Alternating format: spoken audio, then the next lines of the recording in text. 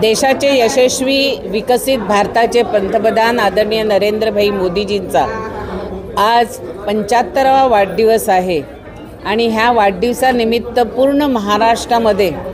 आज blood डोनेशनचे camp आयोजित केलेले दहिसर विधानसभेतर्फे आज आम्ही हा ब्लड बँकेतर्फे